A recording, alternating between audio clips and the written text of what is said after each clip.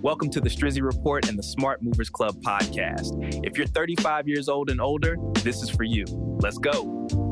Welcome to the Strizzy Report. I am Strizzy. I'm your host, Stacy. We're going to get right into it. Listen, I had so much fun doing the last episode where we talked about if you're renting, keep renting because you're in a better situation than those looking to buy right now because the market is cray. And also I gave signals on what to expect when the market changes. So if you haven't listened to that episode yet, go ahead and listen to it. You could go right to futuretalksmedia.com. This episode is powered by Future Talks Media. Today we're going to talk about building a new community, your post-move integration playbook. Listen, I moved 7 times I always get this backwards. I moved to 7 states, but I moved like 10 to 12 times. In Pennsylvania, I moved like 3 times within Philadelphia. Dummy. I was in Manayunk, Philadelphia. I loved it so much. Moved into a house, then moved into an apartment, then, had a little breakup. So I had to move out of the house, then moved to an own apartment, get a studio. So we moved a lot of times. So I know what it takes to rebuild, find friends. And if you're over 35 and this podcast is for you, guess what? It's harder to kind of find some friends. It's harder to kind of build a community. It's harder to get to know who's your people in a new place, right? When I moved to Memphis, that was a little more easier for me. I mean, I went there with a job, so of course I'm going to cling on to the people I work with, but I was their boss, so you don't want to cling on too much with your employees, right? So you have to step outside of that and step outside of your job. In fact, I kind of frown upon having a lot of friends at work anyway. I don't know about you, but I don't want none of y'all in my business. So this is how you do it. Sorry about that. So we're going to share some practical, actionable tips on how to meet new people, discover new hobbies, and truly integrate into your new community after you've unpacked the boxes. And if you're like me, you got the 1 or 2 box lingering for like 6 months in the back room just because it is what it is.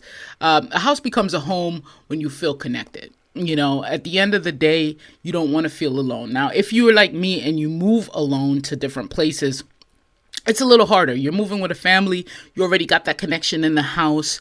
But if you're moving as a couple, maybe you'll try to go out, meet other couples. But as a single person, if you're moving around, it is tough. It is tough. So number 1 tip is you got to embrace the tourism mindset, right? You want to be a tourist. You want to explore. But still, you're exploring as a resident. You're not exploring just as a tourist and kind of like, oh my God, what's over there? So in Memphis, and I'm going to use Memphis as a big backdrop. I did move to Boston. The thing I loved about Boston was that, there were some beautiful places, right? So I like the Winthrop area because it had the beach and Revere had the water. So I could just walk in a park all day and be okay with that. I didn't really venture off too much in the city of Boston, but it did have the outdoor things that I liked. The traffic, you could miss me with that. But that's why the backdrop will be primarily on Memphis here. So walk, bike, bus around. Memphis, you ain't bussing nothing because the bus system sucks. But you could walk around, find a park, find a nice area where you could just hit the trail or bike even.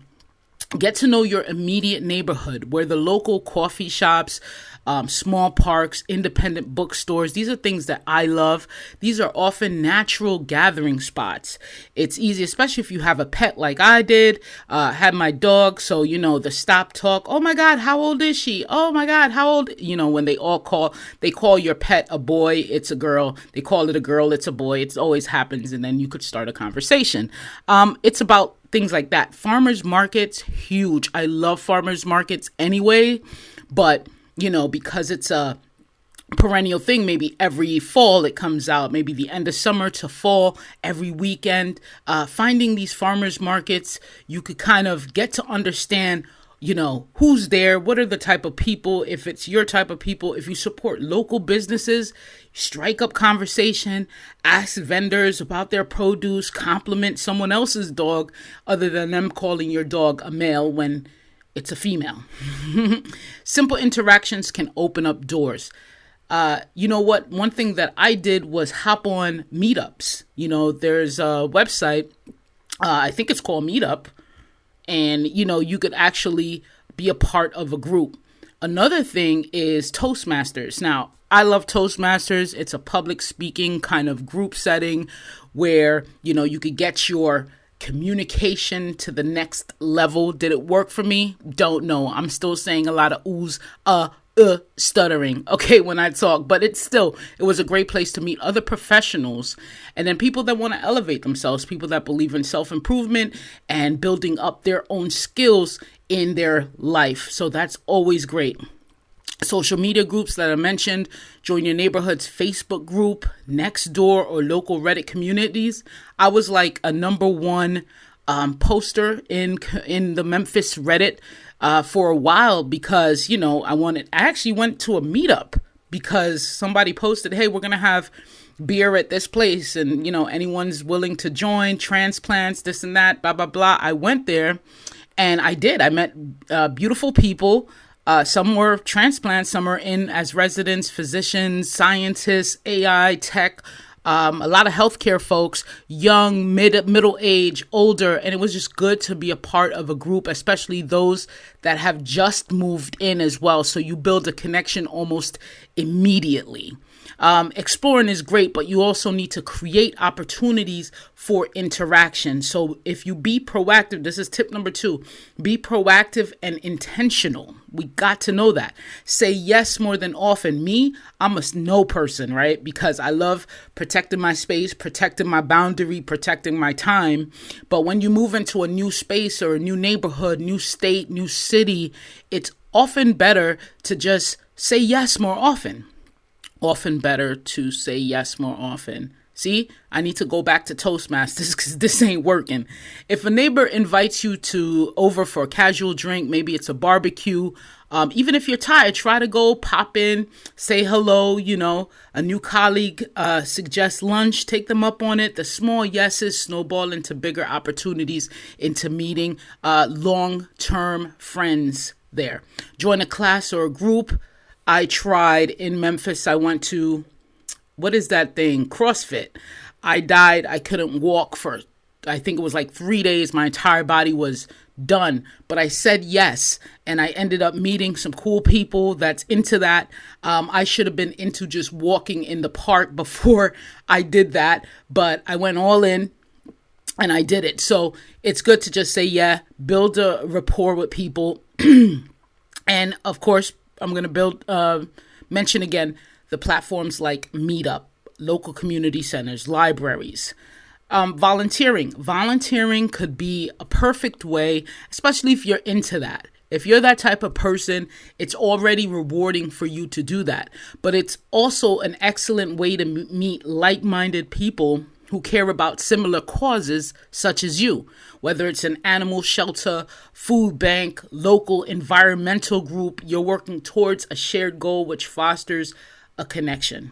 Finding hobbies can be fantastic, a way of meeting people, but if your old hobbies don't quite fit your new environment, are you looking for something new? Because I was riding my bike in Philadelphia, like it was a perfect bike city.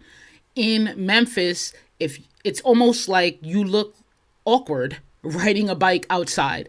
I didn't see anyone riding a bike. I actually sold my bike there because it wasn't really a bike friendly area.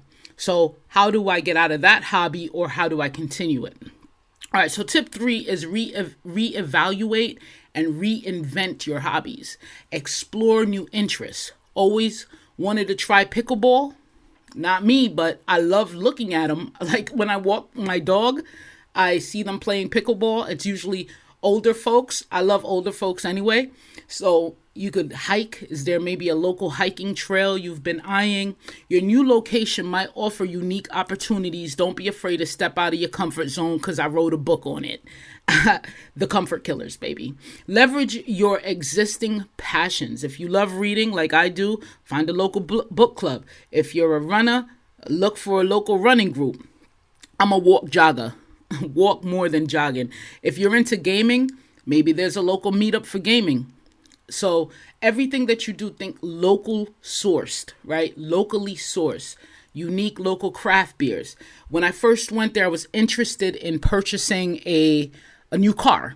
So I went to, I don't know where I went. You know, they always have in every place a long ass strip that has all the car dealerships, right? I think that's like that in every place you live. There's always that one long ass street that has all the car dealerships. So I went there. And, as I'm talking to the gentleman, the salesperson, he was like, hey, you into beer? There's like, this local brewery, over like 200 beers and you could try them. And I'm not into beer, right? But I should have said, yeah. I said, no. I was like, yeah, no. If you would have said whiskey now, come on, sir. But yeah, just, locally sourced beers, food, traditions you could learn about and engage with. So there's a lot of different things beyond organized activities. There are everyday ways to weave yourself into the fabric of your new community. And tip 4 is be engaged, be a regular. Don't be as regular as I was at the local Outback Steakhouse, having so many damn reward points I didn't know what to deal with. And it's almost like I ate too much. I was there every night, Jack and Coke, a steak dinner. It's not too good to when it's there, when it's at the Outback, yo. All right, so anyway, just be a regular and engage with local businesses, shop local, attend local events. Finally, and perhaps most importantly, I'm going to give you another tip.